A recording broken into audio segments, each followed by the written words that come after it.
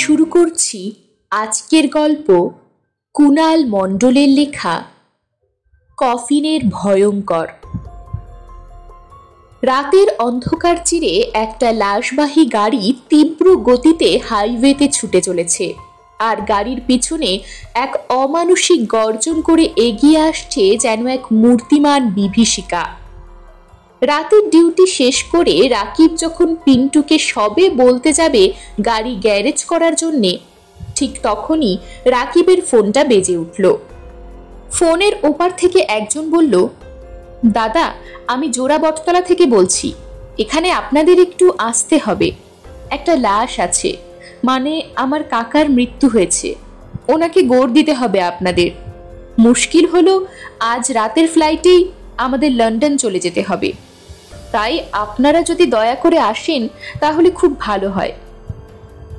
ফোনের এপার থেকে রাকিব বলল, কিন্তু দাদা, এখন আমাদের গাড়ি গ্যারেজ করার সময় হয়ে গেছে, তাই এত রাতে যেতে হলে আপনাকে ডবল ভাড়া দিতে হবে। যদি রাজি থাকেন তো বলুন। ফোনের অপর দিক থেকে বলল, কত দিতে হবে দাদা? রাকিব বলল, 18,000 টাকা লাগবে। যদি রাজি থাকেন তো বাড়ির ঠিকানাটা বলুন। লোকটি বলল, হ্যাঁ আমি রাজি। ঠিকানা হলো জোড়া বটতলা মোড় থেকে ডান দিকে ঘুরলেই যে পার্ক আছে সেটার ঠিক পাশের প্রথম বাড়িটা, 1 নং জোড়া বটতলা লেন। বলে লোকটা ফোনটা কেটে দিল। রাকিব বলল, চল পিন্টু, আজ ভালো দাও মেরেছি, একেবারে ডবল ভাড়া। পিন্টু বলল, ভালোই করেছো গুরু, এবার তাড়াতাড়ি চলো, কাজটা করে আবার বাড়িও ফিরতে হবে, রাত তো অনেক হলো। এই বলে দুই বন্ধু নিজেদের গাড়ি নিয়ে সোজা জোড়া বটতলার উদ্দেশ্যে রওনা দিল। পিন্টু বলল, এত রাতে যাচ্ছি গুরু, সেজন্য ডবল ভাড়াও দিচ্ছে, কিন্তু প্রবলেম হবে না তো আবার? রাকিব বলল, ধুর বোকা, এত রাতে যাচ্ছি তো কি হয়েছে, আমাদের এই লাইনে আবার দিন রাতের ভয় করলে চলে? আর তাছাড়া তেমন কিছু হলে গাড়ি ফেরত নিয়ে চলে আসব। রাকিব আর পিন্টু দুই বন্ধু পড়াশোনা শেষ করে চাকরি না করে নিজেদের বাড়ি থেকে টাকা নিয়ে একটা লাশবাহী গাড়ি কিনে প্রায় 2 বছর ধরে মোটামুটি ভালোই রোজগার করছে। প্রথমে তাদের বাড়ি থেকে কিছুটা বিরোধিতা করলেও পরে সবাই এই গাড়ির ব্যবসাটা মেনে নিয়েছিল। কিন্তু নিয়তি যে তাদের সেই রাতে কোথায় টেনে নিয়ে গিয়েছিল সেটা তারা ঘুণাক্ষরেও টের পায়নি। দেখতে দেখতে তারা নিজেদের গন্তব্যস্থলে পৌঁছে গেল এবং বাড়ির মালিকের থেকে তার কাকার লাশটি কফিনে ভরে নিয়ে গাড়িতে রেখে নিজেদের পেমেন্ট নিয়ে গোরস্থানের উদ্দেশ্যে রওনা দিল। কিছুক্ষণ গাড়ি চালাবার পর পিন্টু হঠাৎ রাকিবকে বলল, গুরু, এত রাতে আমার মনে হয় না পাইকপাড়ার গোরস্থান খোলা থাকবে। ওই ব্যাটা করিম চৌকিদারকে তো আমি চিনি, ও রাত হলেই আফিম খেয়ে গেটে একটা বড় তালা ঝুলিয়ে নিজের বাড়ি পালিয়ে যায়।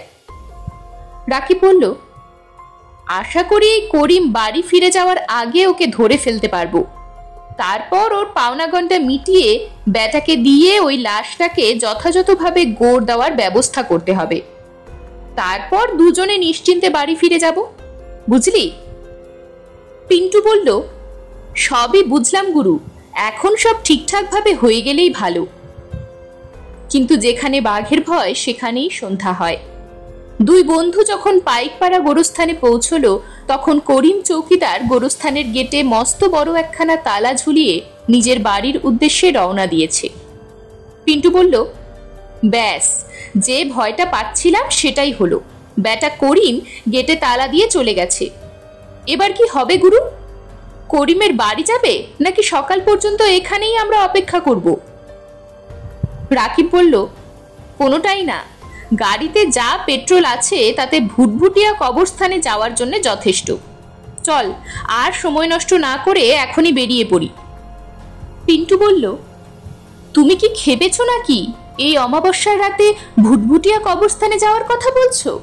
তুমি জানো না ওখানে রাত বিরেতে কেউ যায় না, জায়গাটার খুব বদনাম আছে, আর তাছাড়া জায়গাটা এখান থেকে প্রায় 5-6 মাইল তো হবেই, আর ওখানে যাওয়ার রাস্তাটাও তো ভালো নয়, কত লোকে কত কথা বলে, তার চেয়ে বরং এখানেই গাড়ির মধ্যেই রাতটা কাটিয়ে দিই। ভোরে করিম আসলেই লাশটা গোড় দিয়ে দুজনে চলে যাব। রাকিব বলল, ধুর ভিতর দিন, লোকে কে কি বলল সেই সব কথায় কান দিয়ে সময় নষ্ট করে লাভ নেই, বুঝলি? ওসব গাঁজা আর কলকে, ওসব সন্ধ্যাবেলার চায়ের আড্ডা জমানোর জন্যে লোকেরা বানিয়ে বানিয়ে বলে থাকে। আর তাছাড়া আমরা দুজন জোয়ান পুরুষ, কেউ কিছু করতে পারবে না আমরা একসাথে থাকলে। অনিচ্ছা সত্ত্বেও পিন্টু গেল রাকিবের সাথে। কিছুক্ষণ চলার পর রাকিব বলল, বুঝলি পিন্টু, এদিকটা খুব একটা লোকেরা আসে না, সেটা এই রাস্তা দেখেই বুঝতে পারছি। চারিদিকে ঝোপঝাড় আর আগাছায় ভরে গেছে, আর রাস্তাটাও ভাঙা চোরা খানাখন্দে ভর্তি। কিছুক্ষণ চলার পর তারা বুঝতে পারল চারদিক থেকে অন্ধকার যেন তাদের গ্রাস করতে আসছে। পিন্টুর গাটা কেমন যেন ছমছম করতে লাগলো। রাকিবেরও যেন এই অচেনা নির্জন রাস্তায় গাড়ি চালাতে ঠিক ভালো লাগছে না, কিন্তু পাছে পিন্টু ভয় পায়, তাই সে মুখে কিছু না বলে চুপচাপ গাড়ি চালাতে থাকলো। হঠাৎ অন্ধকারের নিস্তব্ধতা চিরে দমাস করে একটা শব্দ হলো তাদের গাড়ির ওপরে। আওয়াজটা শুনে মনে হলো চলন্ত গাড়ির ছাদে কেউ যেন ঝাঁপিয়ে পড়ল। ঘটনার আকস্মিকতায় তারা প্রচন্ড ঘাবড়ে গেল। রাকিব কোনো মতে গাড়ির স্টিয়ারিং সামলাতে সামলাতে রাস্তার মাঝ বরাবর গাড়িটাকে থামালো। পিন্টু ভয়ার্ত চোখে রাকিবের দিকে তাকিয়ে বলল, ওটা কি ছিল গুরু? কিসের আওয়াজ ছিল? কি পড়লো গাড়ির ছাদে? রাকিব বলল, মনে হয় কোনো পুরনো গাছের বড় শুকনো ডাল গাড়ির ছাদে ভেঙে পড়েছে। তুই এত ভয় পাচ্ছিস কেন? চল নেমে দেখি কি পড়লো। টর্চটা নিয়ে নেমে আয় তো। দুজনে নিচে নেমে এসে দেখলো সত্যি একটা বড় শুকনো ডাল গাড়ির ছাদে ভেঙে পড়েছে, যেটা তারা সরিয়ে দিল। পিন্টু বলল, কিন্তু গুরু, আওয়াজটা শুনে মনে হয়েছিল একটা ভারী বস্তা জাতীয় কিছু পড়েছিল। শুকনো ডালের তো ওরকম আওয়াজ হতে পারে না। রাকিব বলল, তোকে আর আওয়াজ নিয়ে গবেষণা করতে হবে না, এমনিতেই অনেক দেরি হয়ে গেছে। আমি স্টিয়ারিংয়ে গিয়ে বসছি, তুই পেছনের দরজা খুলে দেখে নে কফিনটা ঠিকঠাক আছে কিনা, তারপর চটপট দরজা বন্ধ করে সিটে গিয়ে বস। কিন্তু পিন্টুর ভয়টা যেন আরো জাঁকিয়ে বসলো। পাছে রাকিবের কাছে ধমক খায়, তাই সে চুপচাপ টর্চ জেলে গাড়ির পেছনের দরজা খুলে দেখে নিল। সে দেখল আচমকা ঝাঁকুনিতে কফিনটা একটু গাড়ির এক পাশে সরে গেছে, তাই সে লাশটাকে একটা বেল্ট দিয়ে বেঁধে যথাস্থানে ঠিক করে রেখে দিল। দরজা বন্ধ করে যখন পিন্টু সামনে বসতে আসছিল, তখন টর্চ জেলে একবার আশপাশটা দেখে নিল। সে দেখল জঙ্গলটা গাঢ় অন্ধকারে যেন ঘুমিয়ে আছে, চারিদিকে জীবিত প্রাণীর কোনো চিহ্ন নেই। এ যেন মৃত অশরীরীদের ডেরা। এইসব পিন্টু চিন্তা করছিল, এবং ঠিক তখনই রাকিবের ধমক শুনে তার ঘোরটা কেটে গেল।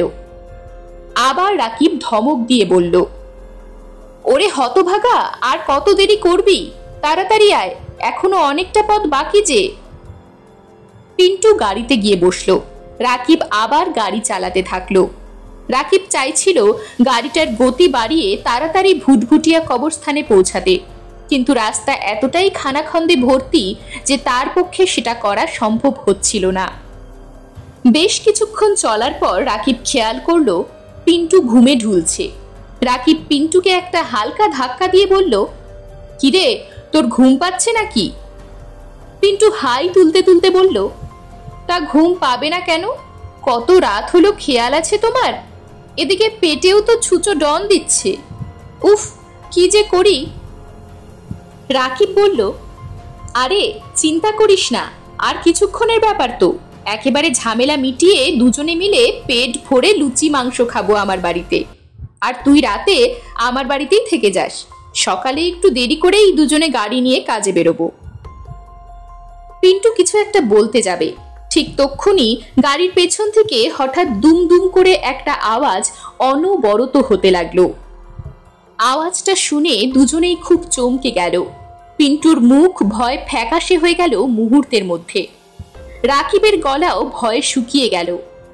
কোনো রকমে ঢোক গিলে রাকিব পিন্টুকে বলল, এ কি ব্যাপার রে? কে গাড়িতে ধাক্কা দিচ্ছে ভেতর থেকে? তুই কি ঠিক করে দরজাটা বন্ধ করিসনি নাকি? কিন্তু পিন্টু ভয়ে রাকিবের কোনো প্রশ্নেরই উত্তর দিতে পারল না, শুধু ফ্যাল করে ভয়ার্ত চোখে চেয়ে রইল। তখনও আওয়াজটা আসছিল তাদের কানে। রাকিব নিজের মনকে যতটা সম্ভব শান্ত রেখে গাড়িটাকে রাস্তার মাঝে দাঁড় করালো।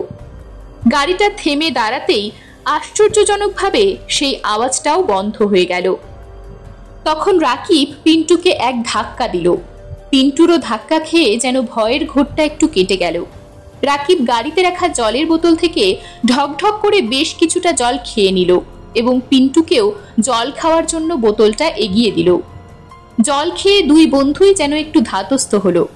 রাকিব বলল, চল তো নিচে নেমে ব্যাপারটা কি একটু দেখে আসি। তারপর একরকম জোর করেই রাকিব হাতে টর্চটা নিয়ে পিন্টুর সাথে নিচে নেমে আসলো। অনিচ্ছা সত্ত্বেও পিন্টু নেমে আসলো ভয়ে ভয়ে। নিচে নেমে ওরা দুজনেই কিছু দেখতে পেল না। এবার রাকিব নিজেই গাড়ির পেছনের দরজাটা খুলল এবং টর্চের আলোতে দেখল কফিনটি যেমনটি ছিল তেমনটি ভালোভাবে বেঁধে শোয়ানো আছে, অথচ গাড়ির ভেতরের দেয়ালে কোনো প্রাণীর পাঞ্জার ছাপ দেখা যাচ্ছে, বড় বড় কালো কালো। এই সব দৃশ্য দেখে তখন রাকিব রীতিমতো ভয়ে ঘামতে শুরু করেছে। ঠিক তখনই পিন্টু চিৎকার করে বলে উঠলে, গুরু গুরু, টর্চটা নিয়ে এক্ষুনি এদিকে এসো। রাকিব গাড়ির সামনে যেতেই পিন্টু ইশারাতে তাকে সামনের দিকে দেখতে বলল। রাকিব সামনের দিকে টর্চের আলো ফেলতেই তারা দুজনে যা দেখল তাতে তাদের রক্ত হিম হয়ে গেল। তারা দেখল সামনের রাস্তাটায় কোনো একটা প্রাণীর বড় বড় 3 আঙ্গুলের পায়ের ছাপ পড়ছে এবং চলার আওয়াজ আসছে, অথচ সেই প্রাণীটাকে দেখা যাচ্ছে না। হঠাৎ আশেপাশে কোনো লুকিয়ে থাকা শেয়াল হুক্কা হুয়া করে ডেকে উঠল, কিন্তু সামনের পায়ের চিহ্নগুলো তখনও একটা একটা করে ফুটে উঠছিল।